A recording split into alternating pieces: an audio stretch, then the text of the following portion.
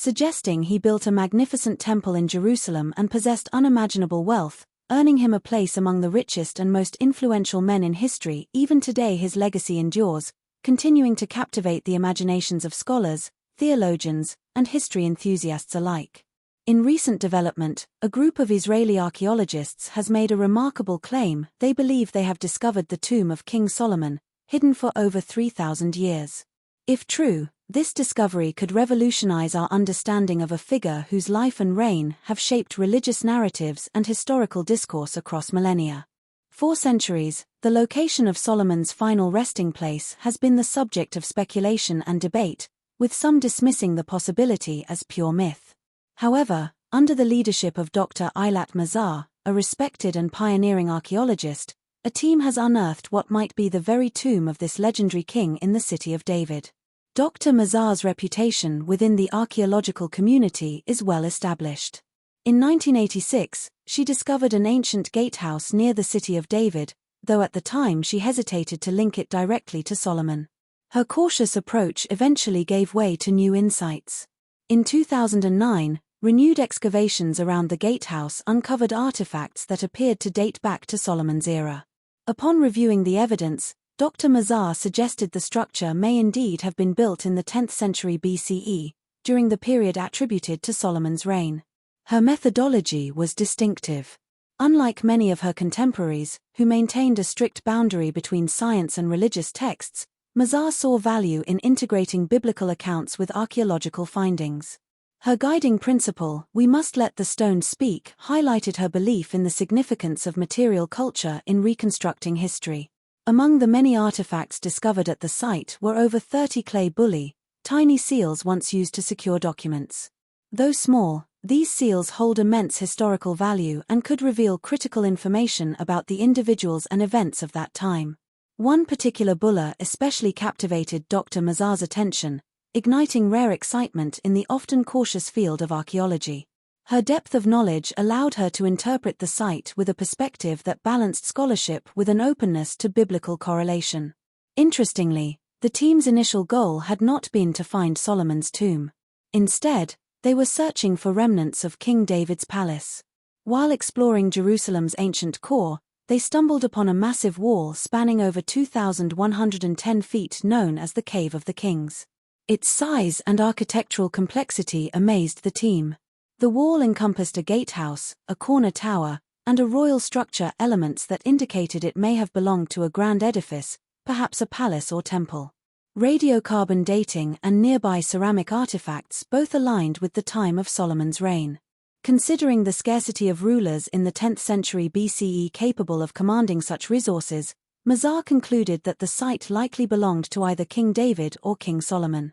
Further evidence supporting this theory came from the area surrounding the gatehouse, where archaeologists found artifacts associated with high-ranking officials. These included large storage jars marked with Hebrew inscriptions, figurines depicting animals and fertility symbols typical of 10th century Jerusalem, and jar handles bearing names and references to a king. Together, these findings painted a picture of a complex and structured society, supporting the biblical narrative of a powerful monarch. One of the most tantalizing goals of Near Eastern archaeology has been the identification of Solomon's famed temple, often referred to as the First Temple. Said to be an architectural marvel dedicated to religious worship, its very existence has long been debated. Recent excavations in the Ophel area, believed to be close to King David's palace, uncovered portions of an ancient wall, further strengthening the argument that Solomon was more than a minor regional leader. He may indeed have been the influential king described in biblical texts. The city of David itself is the oldest part of Jerusalem and a treasure trove of ancient history. It contains remnants from the Bronze and Iron Ages, intricate tunnel systems like Hezekiah's tunnel, which may be even older than originally thought, and other architectural marvels. Another nearby site of interest is Zedekiah's Cave, also known as Solomon's Quarries, a vast underground area steeped in legend. Said to be the hiding place of King Zedekiah during the Babylonian siege of Jerusalem, the cave has also been linked through folklore, rather than fact, to the Freemasons and the Knights Templar. Historically, Mount Zion was believed to be the burial site of Solomon and his father David. However, research now shows that King David's tomb is likely not on Mount Zion but rather in the southeastern part of Jerusalem's Old City, within the original City of David. This correction has shifted the search for royal tombs away from the traditional Mount Zion area and back toward the southern end of the City of David. The confusion originated in the Middle Ages, when Byzantine pilgrims misidentified the hills south of the Armenian Quarter as ancient Jerusalem, leading to a long-standing but incorrect association with Mount Zion. The search for royal tombs from Solomon's time has been fraught with challenges. The City of David spans a large area, much of it covered by modern infrastructure, and centuries of conflict and urban development have complicated excavation efforts.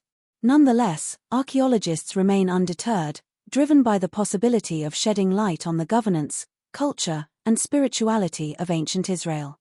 In the early 20th century, a French archaeologist named Raymond will began excavating the City of David, hoping to find the tombs of Judahite kings.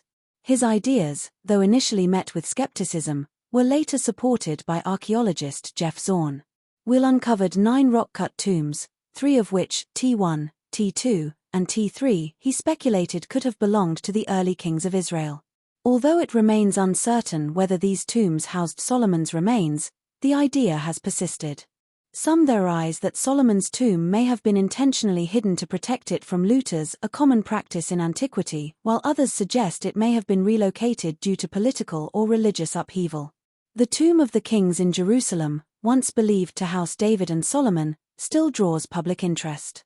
Although now known to have been built around 100 CE and unlikely to contain the remains of these biblical figures, its enduring name speaks to the powerful mythos surrounding these monarchs. The site was extensively explored by French explorer Louis Félicien de Saulcy in 1863, who hoped to uncover definitive proof of its royal significance.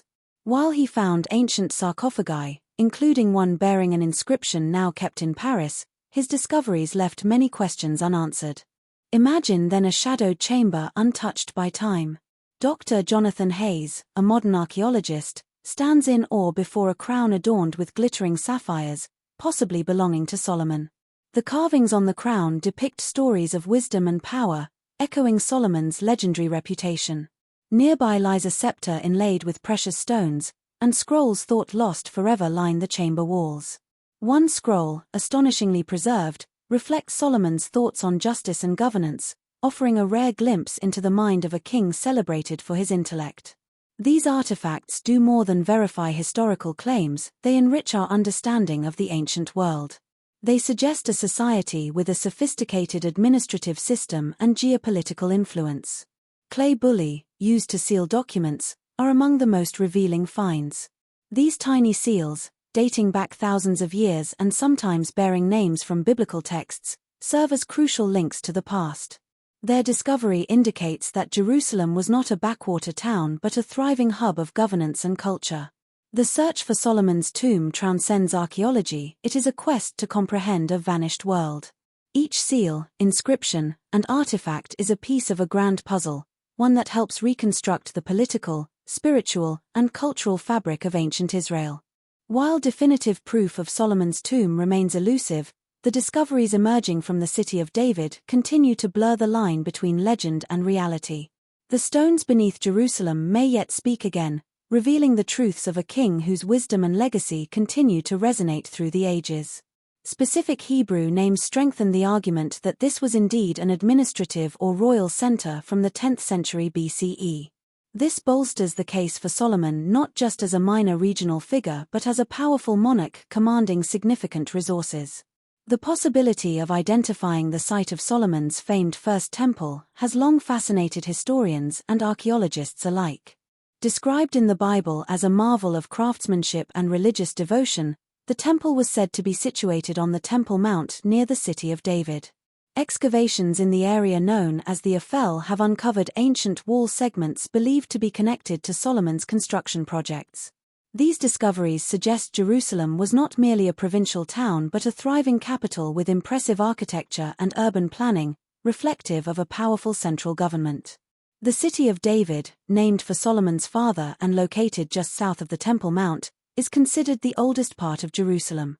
It is a vital archaeological site, revealing remnants from the Bronze and Iron Ages, including ancient walls, tunnels, and reservoirs.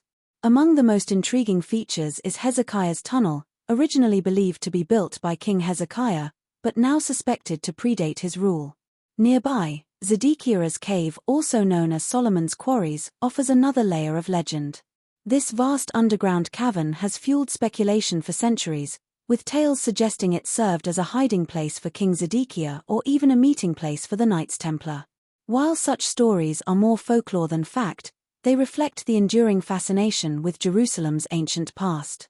Mount Zion was traditionally considered the burial place of King Solomon and other members of the Davidic dynasty. However, research has shown that King David's tomb is more likely located in the southeastern corner of Jerusalem's Old City, within the boundaries of the original City of David. This shift in understanding has led scholars to re-evaluate the burial sites of Solomon and his royal descendants. The search has not been straightforward, hindered by modern development, historical conflict, and centuries of destruction that have obscured or erased key parts of the ancient city. Despite the challenges, archaeologists persist in their quest. Their work is not merely about verifying biblical stories, it's about reconstructing the cultural, political, and spiritual tapestry of a civilization that shaped the foundations of Western belief systems. The artifacts found in the City of David, clay seals, architectural remnants, ceremonial objects, offer critical insights into the governance and daily life of ancient Israel. The notion that Solomon's tomb might remain undiscovered stems not just from its possible hidden location but from ancient practices meant to safeguard royal graves from looting. It's plausible that Solomon's resting place was intentionally concealed or relocated during periods of political upheaval. In fact, some theories suggest the tomb might lie outside the City of David, displaced due to such instability. In the early 20th century, French archaeologist Raymond Weil excavated parts of the City of David in search of royal tombs. Though his ideas were met with skepticism, later researchers like Jeff Zorn have suggested that Weil may have been on the right path. Weil's work uncovered 9 rock-cut tombs, with 3 designated T1, T2, and T3 considered possible burial sites for kings from the Old Testament. Some speculate these could include Solomon's tomb, although definitive evidence remains elusive. Historical figures like the diplomat Charles Clermont Ganneau contributed to this pursuit as well. He noted that the path of Hezekiah's tunnel appeared to deliberately avoid certain underground areas, which he theorized could be royal burial sites. Excavations beginning in 1913 and funded by Baron Rothschild revealed ritual baths, ancient walls, and water reservoirs, hints of a vibrant, well-organized city with layers of spiritual and political life. The so-called Tomb of the Kings, once thought to contain the remains of David and Solomon, also reflects the complexity of this search.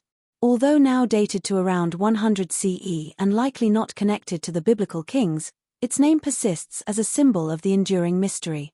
French explorer Louis Félicien de Saulcy began modern archaeological work in the area in 1863, uncovering sarcophagi and artifacts that sparked ongoing interest in Jerusalem's royal past.